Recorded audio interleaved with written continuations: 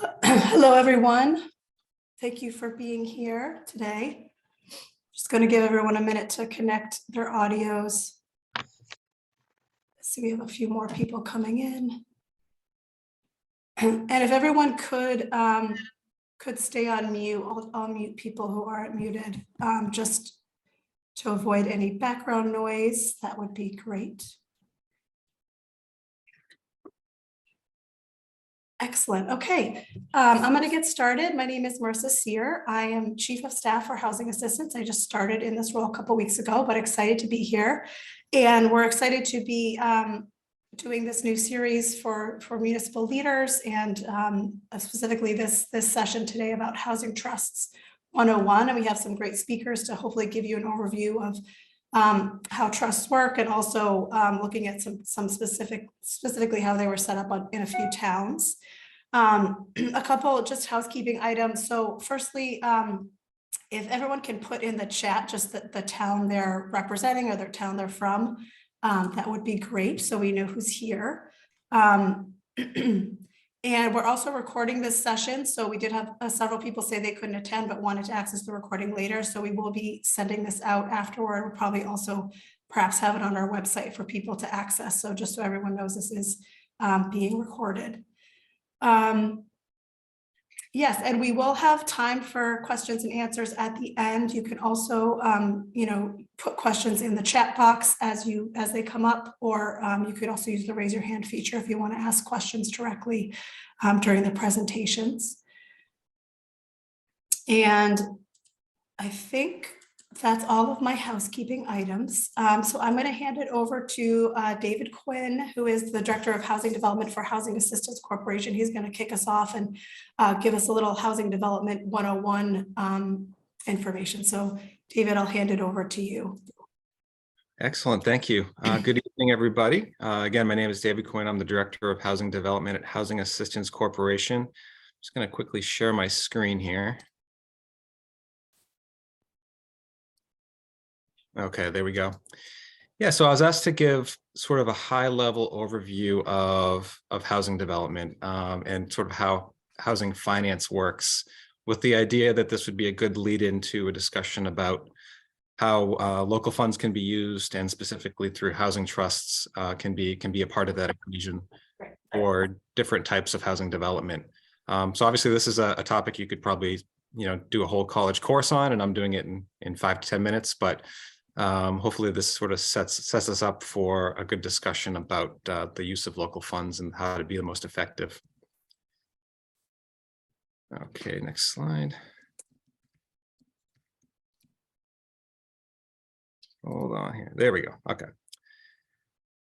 So I'd like to start a lot of presentations with this slide just to kind of get us, to start with taking a look at the different income levels. And really this is, when we're looking at housing development projects, so much of the funding sources and the different strategies to get housing built are going to be based on that specific housing development and really which income levels are targeted. So this is just a quick reminder to show some different income levels. We have, anywhere from 60, an example of a 66% AMI household, all the way up to 120% AMI household, a person of two.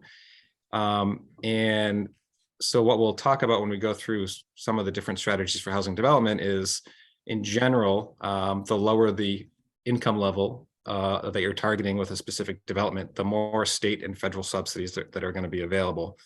So if the target is to go above that, to go above 80% AMI or above 100% AMI or even higher, there's going to be much more of a need for more creative uses of funding,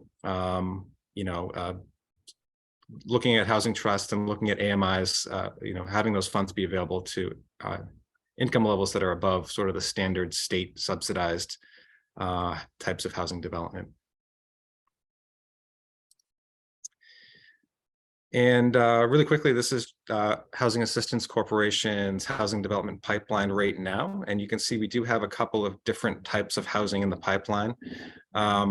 We have a lot of projects that are at those lower levels of area median income, between 30 and 60% AMI. Those are projects that are developed using low-income housing tax credits, which is really the traditional way that housing development has been constructed throughout the U.S. for the last many, many decades. And so those are going to be your lower income projects. We also do have a moderate income project in the pipeline and are working on a feasibility for potentially an ownership project in Hyannis that hopefully we'll be able to announce soon.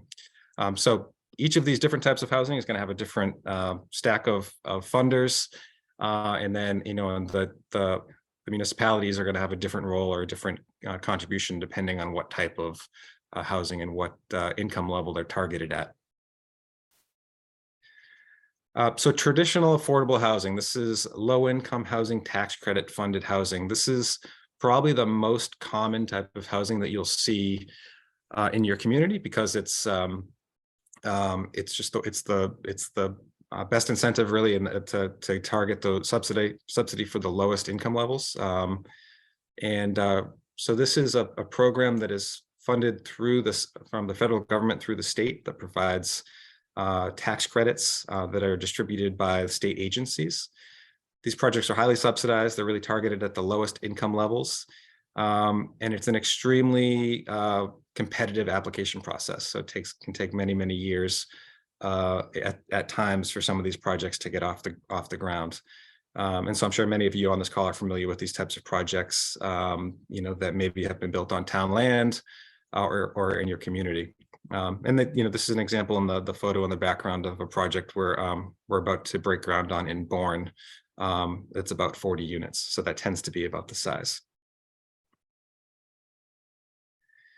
And this is an example of the subsidy breakdown on your traditional low-income housing tax credit project. In this scenario, you typically have about 60% of the project that is subsidized through those state and federal tax credits, another 20% funded through other state programs.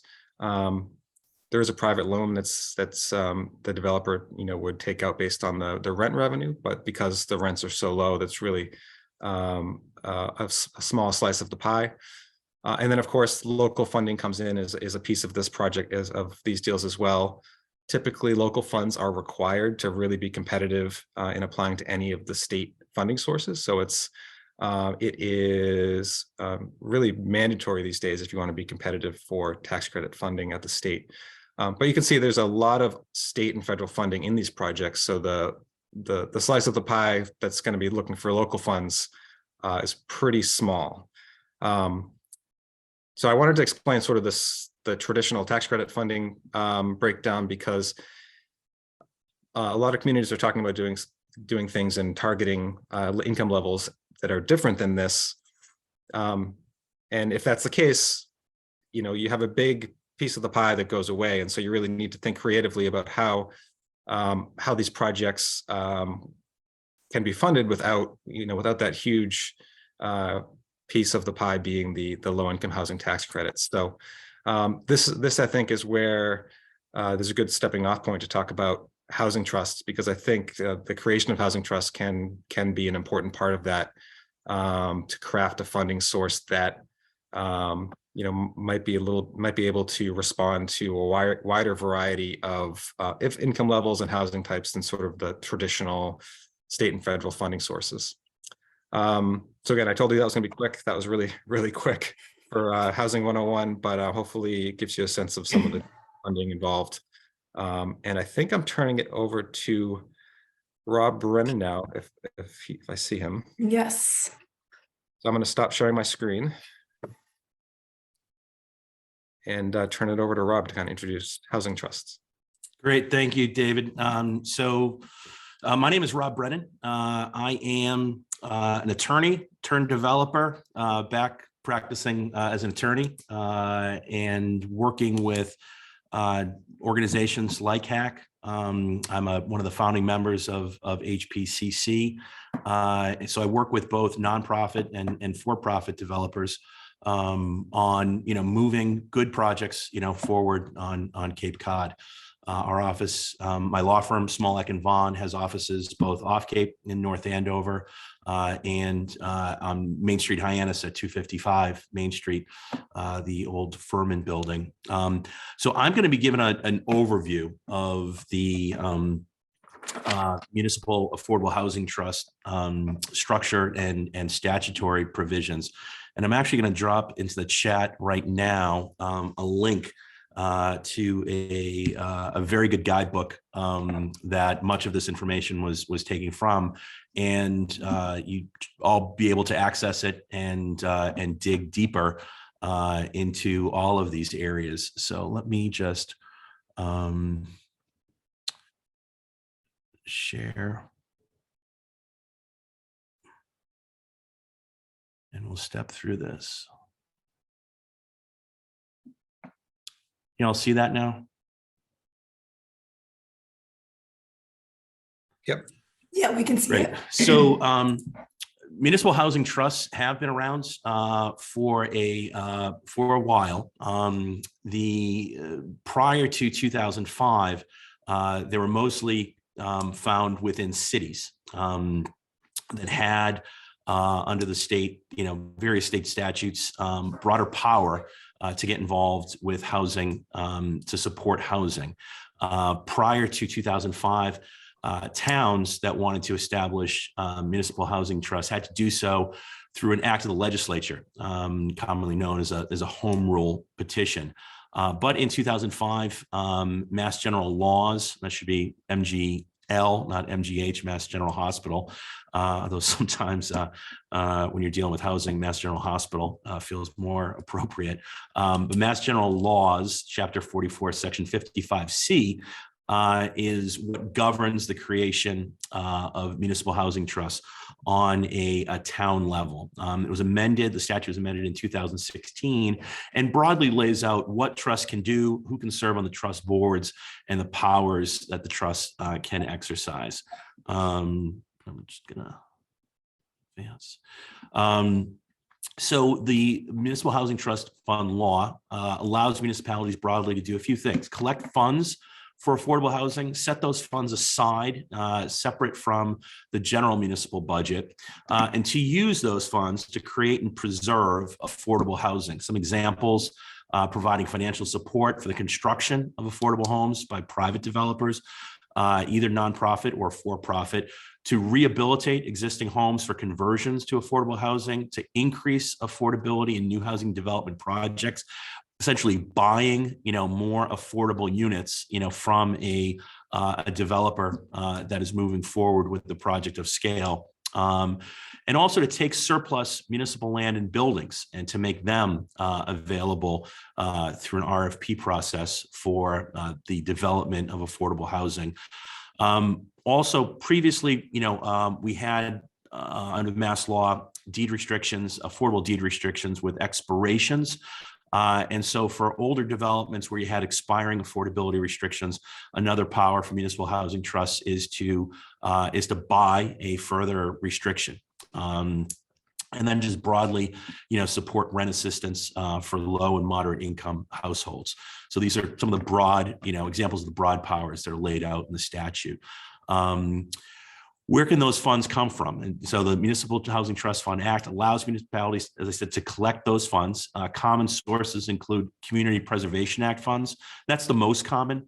Inclusionary zoning payments. That's typically where local bylaws may allow a developer to make a payment in lieu of actually creating units within a project to pay into a trust so that the trust can aggregate that money and deploy it, ideally to generate more units than a developer would be obligated to do under inclusionary zoning provisions.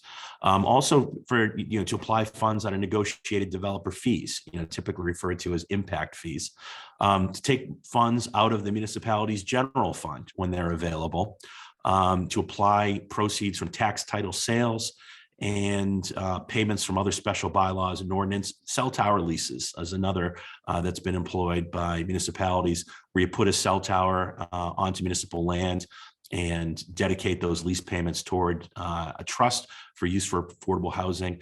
And then finally, private donations, which happen, from time to time.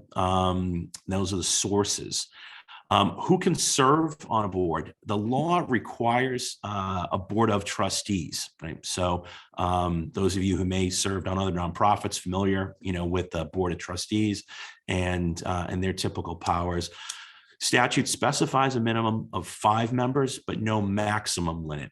Typically, the numbers are between 5 and 9, and the composition can include a mixture. Folks from the community with experience in housing development, construction, banking, finance, real estate law, all of those substantive areas that go into development of housing and affordable housing.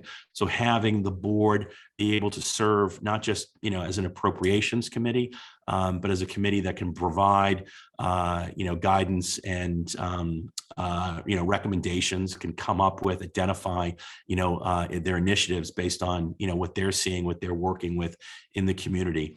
The chief executive officer of municipality is required, but then you can also have additional board liaisons, and that's often a very good practice because it allows and facilitates communication between other municipal bodies and the Affordable Housing Trust.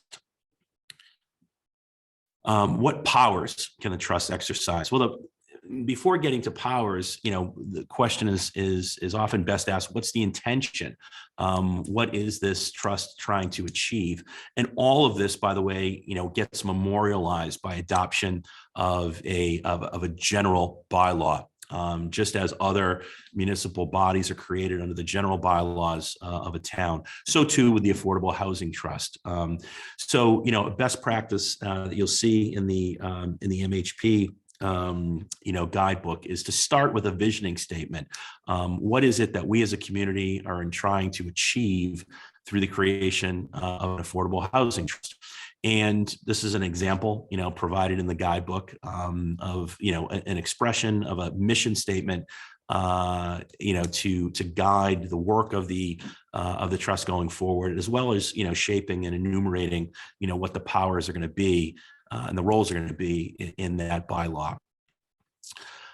Generally under the statute, some of the highlights, as we mentioned kind of in the introduction, to accept and receive, real property, personal property, and money, to purchase and retain, real and personal property. So the trusts under the statute are actually, empowered to make those acquisitions of real estate themselves, to then, deploy by sale, lease, exchange, transfer, or other conveyance, to actually execute deeds, assignments, pledges, transfers, either to nonprofit groups or individuals with deed restrictions on that, to bring on advisors and professionals to pay them, and then final kind of skipping down to 15, to hold all or part of the trust property, meaning the cash or land, for such purposes and for such time as the board may deem appropriate. That's kind of the broad, the broad kind of closing power.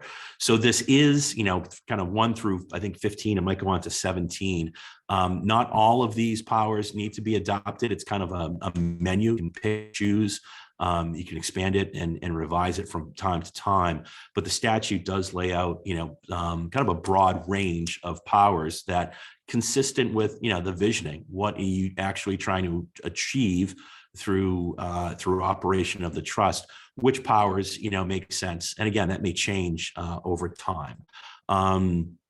The affordability, when they talk about affordable, that is defined in the regulations at 80% of AMI, so kind of similar to 40B projects and other thresholds for moderate income housing.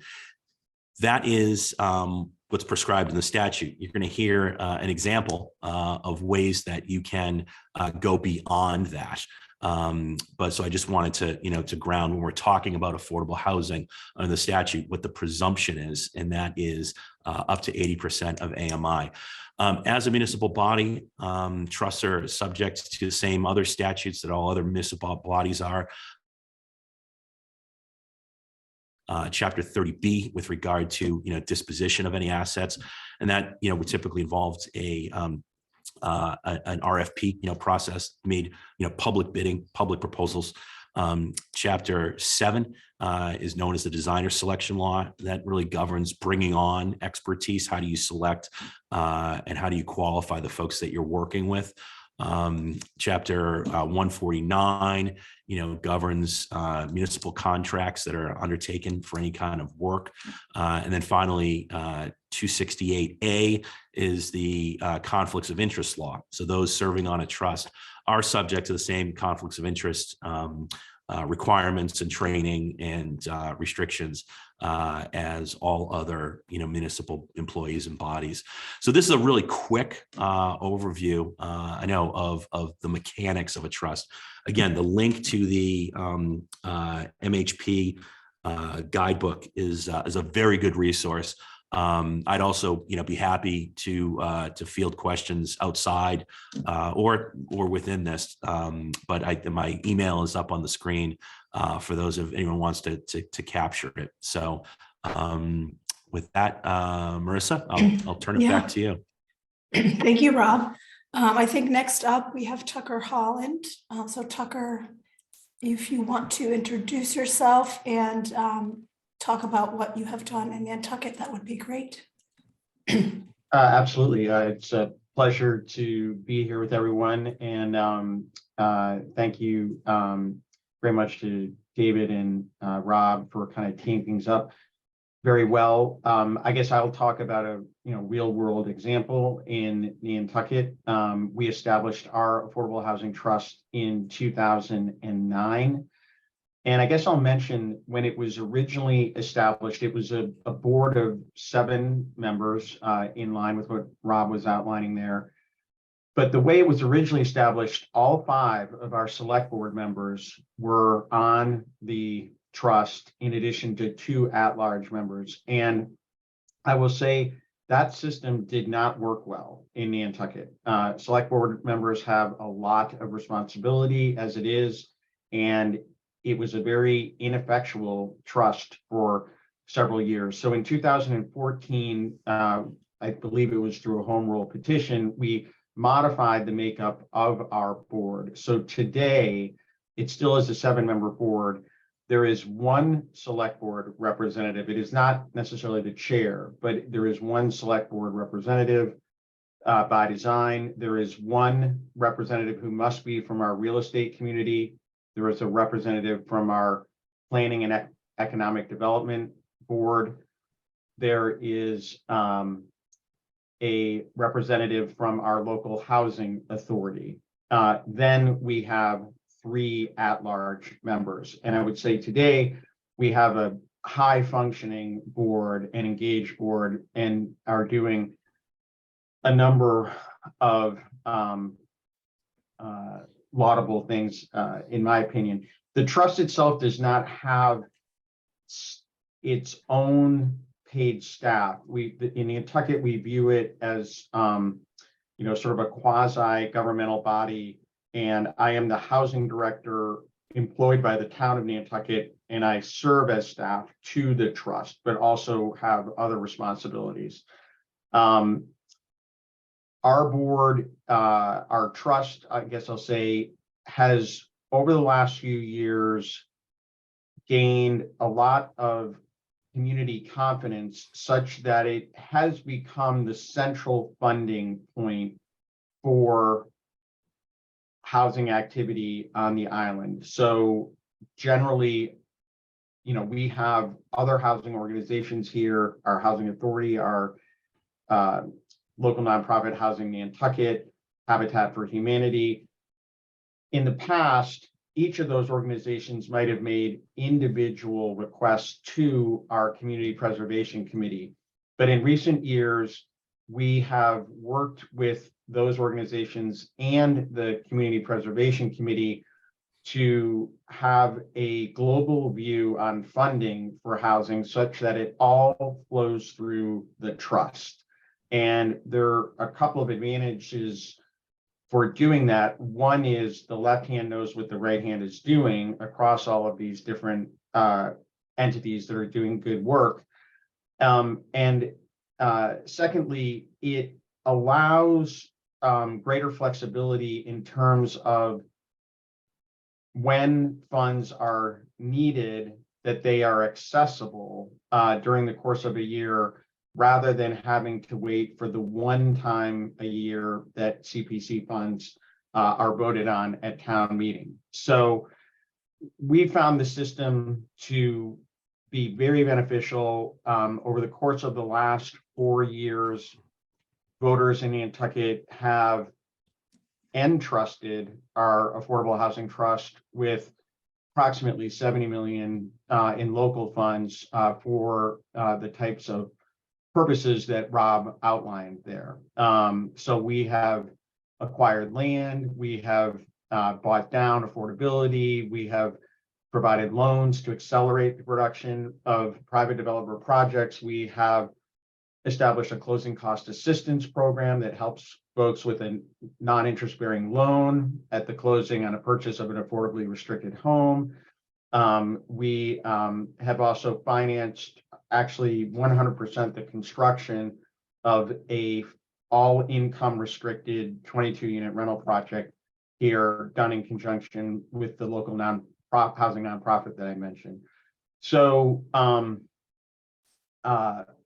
you know, in Nantucket, even though voters have appropriated 70 million to date, and there is an additional $6.5 million permanent override on our town warrant this spring, which through bonding could add another 50 to 100 million toward the effort here.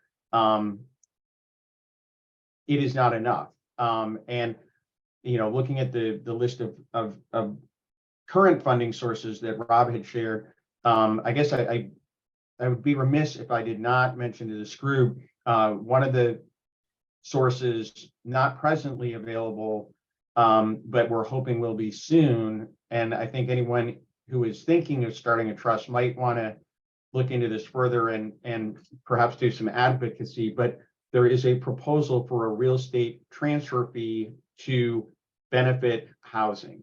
And as an example, in Nantucket, this is it would, as proposed locally, a 0.5% fee on transactions over $2 million here, which, had it been in place last year, would have generated over $6 million.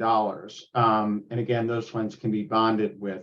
So that could be an extremely and important funding source for trust going forward, particularly to serve need outside where traditional funding sources have played the role. David had outlined very well, you know, how LIHTC has been a major source of funds for housing at that 80% and below level, particularly 60% and below. But I think all of us on the Cape and Islands know that the need goes much beyond that. And this transfer fee could be a terrific source of reliable funding that can help all of our communities service the need across a broad range of income. So with that, I think I will wrap up and turn it back to Marissa, and happy to answer questions when it's appropriate. Great, thank you, Tucker. I'm going to put a spotlight on Leslie Sandberg, Select Board member from Provincetown. If you want to talk about how you set your trust up in P-Town, how it works there. Absolutely. Thank you, Marissa. And hello, everybody. I'm Leslie Sandberg. I'm a Provincetown Select Board member. And I'm here to talk about our year-round market rate rental housing trust. Now, that's a mouthful, but it's what we have. And we have basically, it was a home rule petition that was in 2016. They put a home rule petition together. And the reason why they did it is in 2016, they identified, even at that point in time, there was a severe shortage of year-round market rate rental units to serve the needs of residents in the town. So the idea was people were being displaced. It was, you know, there was financial hardship that occurred, and they basically wanted to establish a municipal trust with a board of trustees and a trust fund to address the element of the severe housing crisis. So it went to a home rule petition and it passed.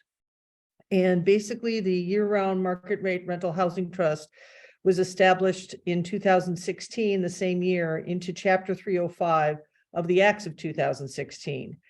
This is unique to the Commonwealth because it basically is an instrumentality of the town that can use town funds to pay for the cost of market rate housing. So and there's other funding sources that I'll talk about in a second, but the intent was to make it connected to and also not fully dependent upon the select board. So it was, so what they did is they have one member that serves on the trust. It's a 5-member board. One member of the select board serves on the trust, and 4 others are at large. So basically the goal, as we said, was to fill a gap, year-round market rate rental inventory. And this statute allowed us to establish an initial definition of market rate as not less than 80% of area median income. And then we're going to do not less than 80% average median income, but also up to 200% of average the AMI. Interesting enough, though, they went back after this had been passed and tweaked it so that the statute for Provincetown allows the town to change the definition of what is market rate if it so chooses. So that's very interesting. So we've hit the 80 to 100% AMI, but if need be, we can change our definition of what market rate is. And that was a critical change. Basically, it was adopted, the legislation was adopted, and because of strong select board support and finance committee cooperation and mutual support. And it worked at the legislature. And I wasn't there when it was passed, but I talked to some of the people that were involved, and it worked at the legislature because it was a unique situation as it relied only on local funding. And that's what the legislature thought. They're like, fine, if they want to use their money, let's let them use their money for housing as they saw fit. So we had a strong voice of our local delegation, which helped out a lot. And it was, again, I think if we needed state funds, and what I gather is that if we needed state funds or a change in the tax codes, there would have been a real implication for other towns. I don't think it would pass. So our trust, as I said, as a board of trustees, what's really great about this is that we don't have to go to town meeting to get authorization for funding. Okay, the town may authorize funds to us, but the trust is able to accept and receive real property, personal property, and money that's either a gift, a grant, a contribution, or a transfer from a person, a firm, corporation, or other public or private entity. So that's really wonderful. I mean, all this money can come in, and that's really very helpful. And again, it doesn't have to go to town meeting for the appropriation. So that gives it a flexibility. It's allowed to purchase and retain real or personal property, which is great. It can lease, it can sell, it can exchange, and it can transfer any personal, mixed, or real property so it can do that. And what's really great too, it can execute, acknowledge, and deliver deeds, assignments, transfers, pledges, leases, covenants, contracts, promissory notes. And when you have that, I mean, it sounds like Rob's list that he gave us earlier, but it came through, and we now have a trust that can do all that, which frankly, for those of us who are advocating for a year-round deed restriction for housing occupancy, this is the trust that we can use in Provincetown. If the legislation passes that establishes that Julian Cyr is sponsored, if that passes up at the legislature, this trust will be able to actually purchase the year-round housing occupancy deed restrictions in town. And we've also found in town that we have a lot of people now, because of our housing crisis was severe in 2016. It's beyond severe now, but there's a lot of people who are of great means who want to find a place to donate. And so this is, again, a place where they can donate, and that's really helpful. So basically, that's what happened here. We have a trust. It's been working, and I can say we do have started out. It's taken a little bit for it to find its footing, but it has found its footing. And it actually, one piece of property that's quite large that it owns is a former timeshare group of condos called Harbor Hill, and it's 28 apartments. You've got 44 adults in there. 10 children, 6 dogs, and 4 cats. And the bottom line is that's basically the largest and the first piece that it has in its portfolio. And what we're doing, as I said about the deed restriction, we actually this year have on our town meeting warrant that's happening on Monday, we do have a home rule petition, because just in case Julian's legislation for year-end housing restrictions gets delayed, we have a home rule petition that would allow us to do year-round deed restrictions through this year-round market rate rental housing trust. So we're seeing the gifts of it. You know, we're tweaking it as we go. We have a 5-member board who has had town staff, but now there's been a lot of conversations about perhaps the board getting its own executive director, which it can do. But the main thing is by establishing it, you're allowing in a time of crisis, another very important trust group of people that can help actually have the flexibility to, find those gaps that you need. And for us, it's starting the process, and it's done a good job so far of helping to capture housing for the missing middle. And I'm happy to answer any questions for anyone. Thank you so much. Great, thank you, Leslie. Sorry, I'm just going to bring our speakers back on. I don't know if anyone has questions for Leslie or Tucker or anyone else you heard from today. Feel free to unmute. I don't think I saw any questions come through in the chat. But now is the time for any questions.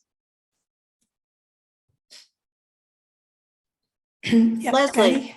Oh, Sorry. I'm sorry. Go ahead, Betty. Yeah, I had a question for Tucker. I'm Betty Ledke. I'm a town councilor in Barnstable, and I'm very impressed with your 70 million figure. Could you give us just a breakdown of where that came from? Sure, I'd be happy to. I might start with an anecdote. When I first was brought into this role about 7 years ago, the first thing I did was look around and say, okay, well, how much money do we have available to the trust to work with? And I think at that time we had $250,000 in the bank. And so I said, well, that obviously isn't going to get us very far. It was fairly far along in the budgeting process that year. So there wasn't an opportunity to go for anything, put together a plan for anything too significant. But I had said, well, just give us $1 million anyway, give us something that just shows that you have an interest in this in a semi-serious way. So I remember going to the public select board meeting to talk about that $1 million request. And the first thing that the chair of the board said when the discussion was opened was, we might as well vote now. I'm completely against it. So I said, well, it's awfully difficult to pull a rabbit out of a hat without even a hat. And to their credit,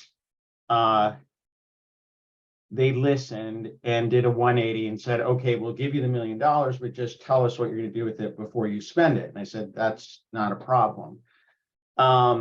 So, that was several years ago. The big money came first in 2019, when a citizen article that I was involved in behind the scenes was put forward for $20 million.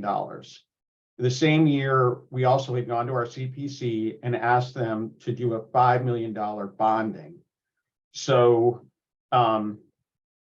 voters that year approved the debt exclusion for the 20 million and the $5 million CPC bonding. Then in subsequent years, there have been additional debt exclusions, a $7.5 million exclusion 2 years ago and a $10 million exclusion last year. In addition, when the short-term rental revenues kicked in Nantucket, which had opted for the maximum 6% local portion, town administration here started to dedicate $2 million a year from those revenues to my office and the trust. And the majority of those funds came through our capital article so that they, number one, wouldn't expire if they weren't all used within the fiscal year. Number two, they've come with several bonding authorizations themselves. So there's been an additional 6.5 and an additional $10 million bonding authorization through our capital budget. And then just to cap it off, as I mentioned before, there is a $6.5 million permanent override as part of this coming annual town meeting, which would be the major funding article this year. There is the same $2 million allocation plus an additional $4 million bonding authority under that capital article. And I hope that was clear and answered the question. No, that was very helpful. I also liked how you spoke about, you know, funds not evaporating. It's very important to have stuff that doesn't have to be spent immediately, so you can, as you say, do due diligence. And I love the way you talked about how you brought everybody together to work together on that. That's terrific. Thank you. Great. I think Elizabeth, you're next if you want to unmute and ask your question. Thank you very much. My question's for Leslie. Hi, Leslie. Can you explain the Workforce Housing Trust?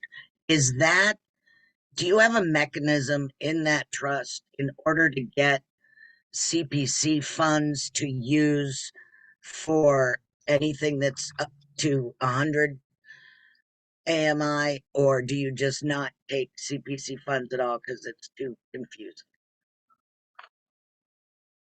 You're muted, honey. I might need to unmute. We have not taken CPC funds. They have usually gone to the Affordable Housing Trust, because we do have an Affordable Housing Trust also. And we also have a Community Housing Council. We have a lot of committees in Provincetown, so we haven't done that. And so what we're doing now is a lot of the funding, like, again, they're trying to, and they're working very hard to make sure that Harbor Hill can pay for itself. But until then, there's a debt that's on it, and that is actually paid through the town. So there's been appropriations through town that have helped with the year-round market rate housing trust. But also the short-term rental money that comes in, there's a $600,000 debt service that we do annually that is getting paid for by the short-term rental money that's coming into our town. And last year, the money that came into our town was a little over $5 million. And right now we're on record with the first 2 quarters of this fiscal year for about 3.9. That's not to say it can't be done, Elizabeth. We just haven't done it. Thanks. That's all I just needed to know, if you'd found a little trick, or if it was easier to get money from other sources. So now I know other sources is easy. Other sources is easy because you're not fighting with the other town trusts, or at least in our town. Great. Okay, I think Laura's next, and then we have a couple of questions in the chat we'll get to as well. Thank you, Marissa. Hi, Laura Clemens, Cape Cod Islands Association of Realtors, and very much involved in housing advocacy in my neck of the woods.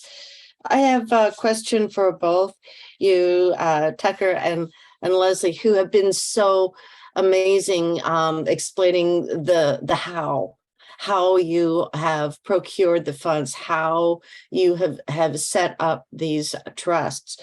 I'm wondering about the who. How many people have you actually been able to place in your communities? Well, I'll start out, Tucker. Ours is about, we've got 54 people in our community so far. Are we happy with that? Yes and no. We're happy that 54 people have it, but that should be 10 times the amount, in my opinion. But we have been able to, it has been a trust that has helped people. And we hope with this other mechanism that's going through the legislature, the year-round market rate, the year-round housing deed restriction, we'll be able to do more. So thanks for that. Okay, Tucker?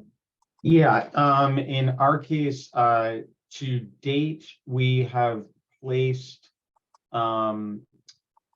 it would be 41 households. So I can't, I don't know if I can give you the exact number of people in each case, but 41 households. And the monies that we have available and are deploying ultimately will place over 200 households. okay, thank you. And I'm sorry, I do have one other question regarding private funding. Can either of you take a stab at how much of the monies come from private funding, those individuals in the community who really want to help solve this problem? Laura, I'll take the first stab, and I want to let you know, it's just starting. And what's Okay. come out is that what's happened is that we've actually had people in the community quietly purchase housing for people who are going to be displaced. I know. They bought and then they rent back. So they've been doing that privately, and they're the ones that are starting conversations with us to to maybe start shifting that and creating a larger pool of money Mhm. with private funding. So it's coming on now. But it's not until just recently. Thank you. Yeah, so in Nantucket, there are a number of people, I mean, similar answer in a way to Leslie. It's starting. I think there are a lot of people who are interested in playing that type of role. I'll say that, some folks aren't as inclined to get involved through the government. And so we are establishing here in Nantucket a community land trust. And we see that as the vehicle to bring folks, as you were describing, into the conversation. I wanted to this is not on this question, but if I could, I just wanted to mention a couple of points that I didn't hit earlier, but I think are maybe relevant to mention. In the case of Nantucket's Affordable Housing Trust, when you're talking about tens of millions of dollars that voters are entrusting to you, there's obviously a lot of responsibility with that. And what we have by design here is that whenever the trust wants to spend more than $100,000, which when you're talking about housing in, our communities here, that's almost anything. The trust is making a recommendation to the select board, and the select board has to approve expenditures over 100,000. So I think that system gives people a great deal of confidence that there's a check and balance to how these monies are being spent. The other point I wanted to make about CPC funds, Rob had touched on 30B and procurement requirements with respect to how trusts operate. There is a kind of an exception for CPA funds that you don't have to go through the normal acquisition process or procurement process when you're trying to buy a property. And so we intentionally use a portion of CPC funds in virtually every land acquisition that we're doing, which helps streamline how that process happens. And we're going to be, a lot of what we've done to date is around rental. And we know that whenever we're doing a rental project, we want mixed income, and at least 25% is going to be serving 80% or less in order that it all count toward our subsidized housing inventory requirement, the 10% requirement from the state. So it's just a natural for us to use CPC funds in that manner, and it's very helpful. That's a really good point. Thanks for clarifying that, Tucker. I think that is like one of the, it's a great tool. I mean, you know, to be able to do that and great utility. And I thank you for pointing that out. Awesome. We had a couple of questions in the chat. One was for David. When you spoke about different funding sources for development, you referred to local funds. Are home funds from Barnstable County considered local funds? If not, what is an example? Yeah, sure. Yeah, so I would definitely consider Barnstable County home funds a local source. I probably should have had another little pie slice there with county included. So typically the county, you know, most projects, most of those tax credit projects are applying to the county as well. There's not a lot of money available at the county right now. You know, it's a couple $100,000 a year. So there's a couple projects, 1 or 2 projects a year can really get funded through that source. So it's a great source and important, but it's not the most flexible. But the main local funding sources I was referring to would be CPC funds and then housing trust funds. And then, you know, to me, the main benefit of working in a community that has a functioning affordable housing trust is the ability to respond more quickly. You know, CPC, obviously it's a really important funding source, but if, you know, from a developer's perspective, if you find yourself in a situation where you have a small gap at the end, you're ready to close on the project, to have to potentially wait another full year to go in and make that request could kill the deal potentially. So to have a really high functioning trust that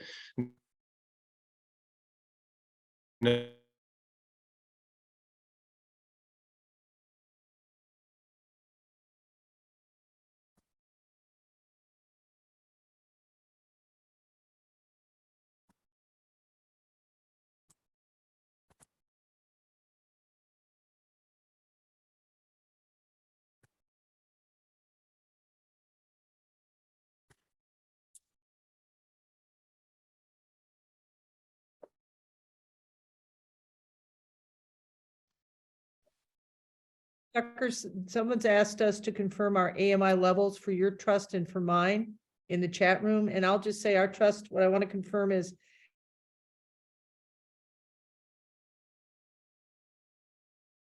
to you, Tucker. Yeah, so I mean, I guess we would say it here like 30 to up to 200. Yeah.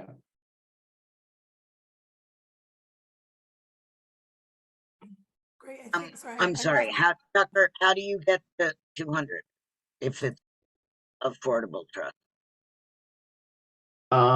So that is like the funding sources that allow us to serve up to that level are the debt exclusions and specific bonding authorities that have come through town meeting. It would not include CPC funds. CPC funds are limited to 100 at the And max. it's not through the affordable trust, it's through other mechanisms, right? Is your trust required to only do up to 80? No, it's not.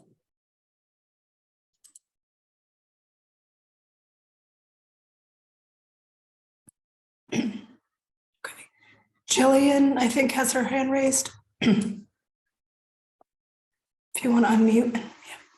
Hi, I apologize for my video not being on. I have a problem here. It just freezes me.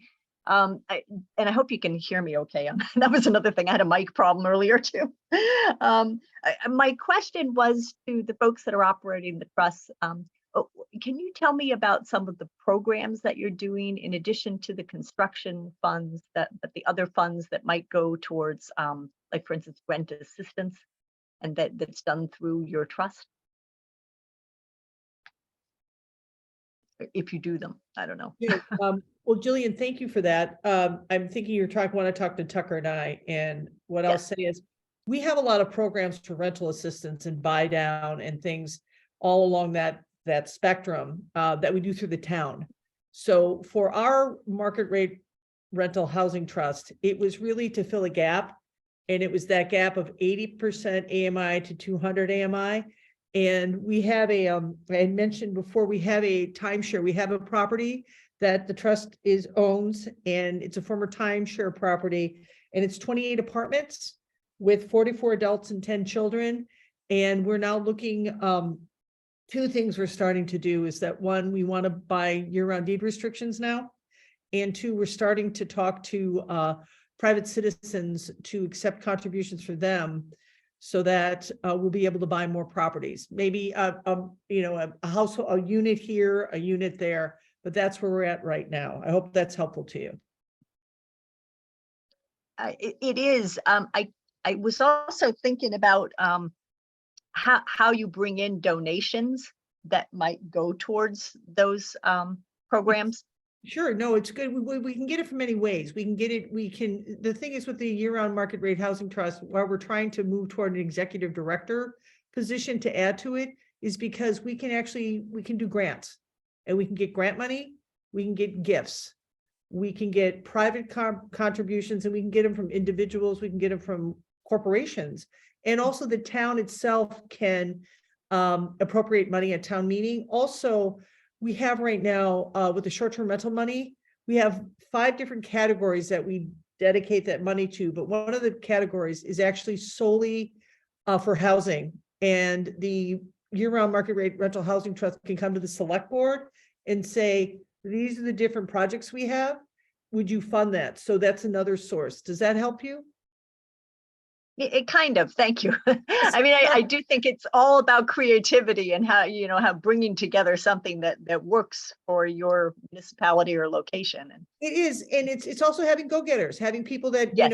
You got to get somebody to go out there and talk, bring people together. And what we've been doing as a select board for the last 2 years is that we're a gelled select board, and we are bringing people together. And that's a big part of it are the people who are on the trust and the people who support the trust in the town. And I hope that's helpful. It is, and I'll just share something from Barnstable. Our trust, we did a notice of funding availability that was very prescribed and very rigid. And as a result, that particular NOFA hasn't had a lot of response. So it is something that we're kind of wrestling with, is how do we go back and kind of envision ourselves, and what are some of the other things that we can be doing within the scope of what the trust is doing, within the scope of the CPA funds that have been provided. How do we get creative, I guess is what and I thank you. The donations sounds really interesting. Thank you. Thank you. So, Jillian, I can just say in our case, the trust is issuing 3 RFPs right now for development on land that we had acquired in recent years. And we do not get terribly prescriptive in the requirement in terms of design or what have you for these. We talk about, you score higher if you are kind of getting to the maximum allowed under local zoning, and that you're serving a range of incomes, that everything does count toward the subsidized housing inventory, and design will be evaluated and a consideration in awarding the bid. But we try to give responders maximum flexibility to be creative, but yet achieve certain goals that the community and the trust have. In terms of programs, I just quickly was going to comment. So in Nantucket, rental assistance is really administered through an organization here called Nantucket Food, Fuel, and Rental Assistance, which is kind of a collaboration of our Interfaith Council. Our local community foundation does a lot of granting to that organization, in addition to town resources and CPA resources. So the trust itself isn't necessarily involved in rental assistance, but other programs we would have, I might have mentioned a little bit earlier, we have a closing cost assistance program where if you are buying a deed restricted home, we will provide up to $15,000 as an interest-free loan. So that we have helped over 80 Nantucket families get into an ownership situation. We often hear from the lenders that it really is making a big difference for these folks who are, trying to make it all work. And we've deployed, I think it's a little north of $800,000 so far for that. And one of the things we like about it is the monies get recycled. We are looking to expand that into a down payment assistance program. The challenge in Nantucket is that, our median home price is $3 million. So it's going to take a lot more funding, and that, again, tying it back to the transfer fee, we see, if funds, the kind of funds that could generate were available, that really allows us to get into the ownership end of things in a very serious way. Thank you.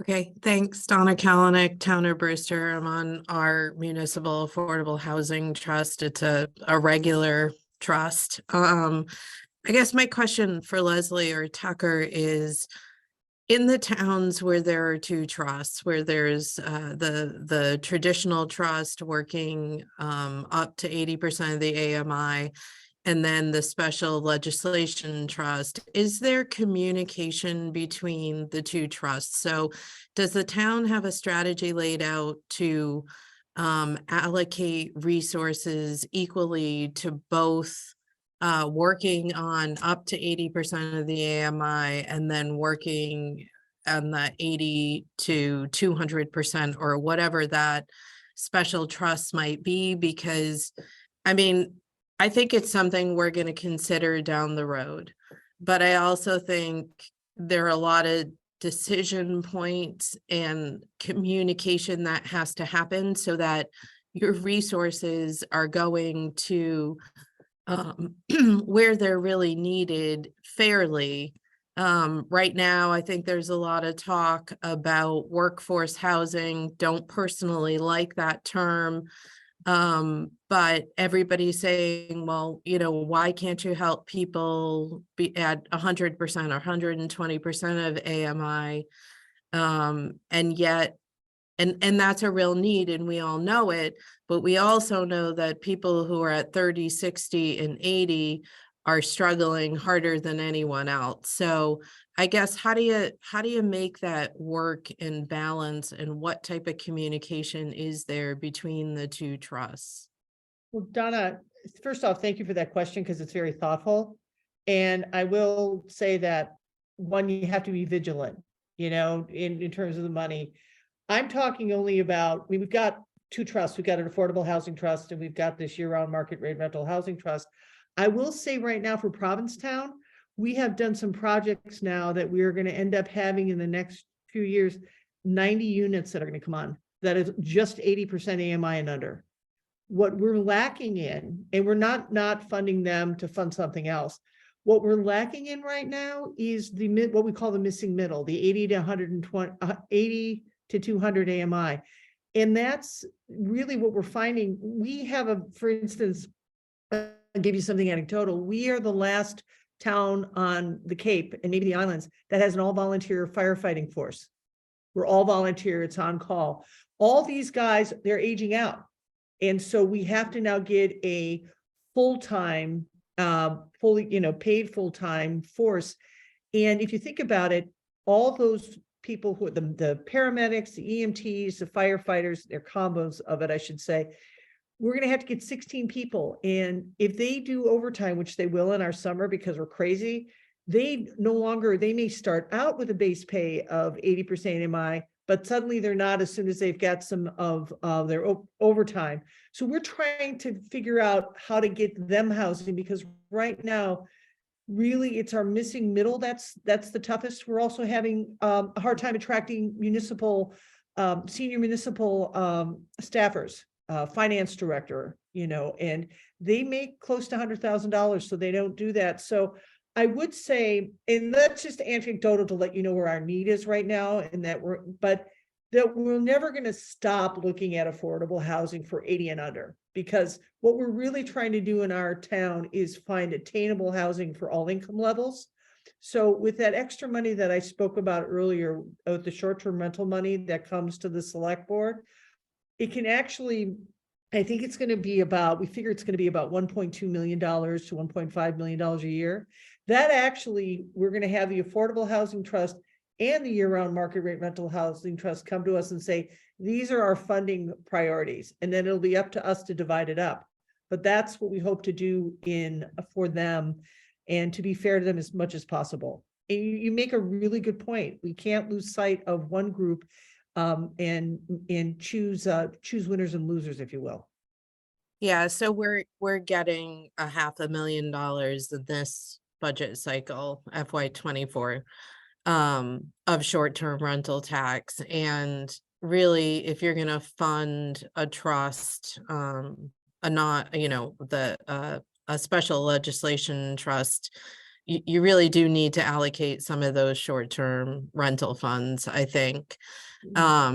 So yeah, I think we just have to give that some thought. Is it a 50, do we take half of that and divert it to a special legislation trust if that's the way we go with this? So Well, thank you. just please know too, it's like I'm here on Zoom, but I'm just up the road from you. And so if you have further questions, we can definitely, Provincetown we're happy to talk to people to help them out and kind of, figure this out. And who knows, you may have ideas for us to do things better too, because we're for it. The reason why we're doing so much is like Nantucket, we're the canary in the coal mine. We are the ones that are at the critical point because we don't have any land left. So, well, we're all gonna be the canary in the coal mine in the next 10 years. So so and I didn't mean to take all your answer, Tucker. I defer to you now. I'm not sure there's much to add. Sorry. I think, Laura, do you have a final question? Of course I do, Marissa. Tucker, I'm going to give you a chance to talk now. Okay, you were talking about how your trust will fund interest-free loans for closing costs, and a couple of things about that. These buyers how do you qualify them? Do they have to meet a certain criteria in order for you to finance their closing costs? Yeah, great question, Laura. So when we implemented this program, we said we're not equipped to be underwriters. So we want to rely on others in the process, really, to do the qualifying. So when someone is applying for our closing costs, they have to have been deemed an approved buyer by the appropriate entity, like be it DHCD, or if it's like we have here in Nantucket, a program called the Covenant Program, which is administered by our local housing nonprofit, Housing Nantucket. And basically that's a zoning program where if you, for example, have a 1 acre property in 1 acre zoning, you obviously can't subdivide under zoning. But if you are willing to put a permanent deed restriction on the unit that you are creating to serve 150% AMI or less, then you can subdivide in a 60-40 configuration. So, folks who are buying a covenant home, would qualify for our closing cost assistance. So there is an entity that has qualified everyone who is applying for our program. In addition, these are all qualified buyers by a mortgage lender, and the closing costs that are covered by our program must appear on a bona fide lender's closing estimate document. There's several other documents that must be submitted with their application. You know, we need proof that the property has the deed restriction, permanent deed restriction, in addition to a couple of other things. But we try to make it a fairly straightforward and efficient process for the applicant. Again, allowing us to rely on well-established, well-known institutions in the process that they already were going through to, in effect, qualify them for us. So again, we designed it so that when someone comes and applies, they technically have to go before the trust and have their application approved, but we wanted there to be no subjectivity to approving someone. That if you check all the boxes, then in effect, you will be approved. We didn't want to, as Leslie said, like have to pick winners and losers. Or Thank you. make judgment calls about people's individual situations. Okay, thank you for that. And if you don't mind, at some point, I would very much like to discuss this further with you, because I've been leading a number of members in the Realtor community here on the Cape to work with year-round buyers, first-time buyers, and using our commission to help them with their closing costs. I'd be happy to speak with you further. So I might be able to help you with some realtors over there who would be willing to jump on this bandwagon that I seem to have started to lead. Excellent. Okay. Thank you. Great. Thank you. I think we're going to wrap up because I know we're a little past our time, but great questions. I don't know if there's any final thoughts from any of our panelists. I just want to mention real quick that we're going to be doing this series, this municipal leader training series on different housing topics. I'll put my email in the chat. And if anyone has, topic ideas that you think would be helpful, please reach out to me. Let me know and, spread the word that we're doing these, and hopefully you all found this very helpful. I think it was a great discussion, and thank you to everyone who took the time to be here. And yeah. Great. Thank you, everybody. Yeah, Thank I you, just want to everyone. say, Marissa Thank and you. Hack, thank you guys for what you Thanks. did. Really appreciate Great. it. Thanks, Leslie. Take care, everyone. Everybody. Thank you.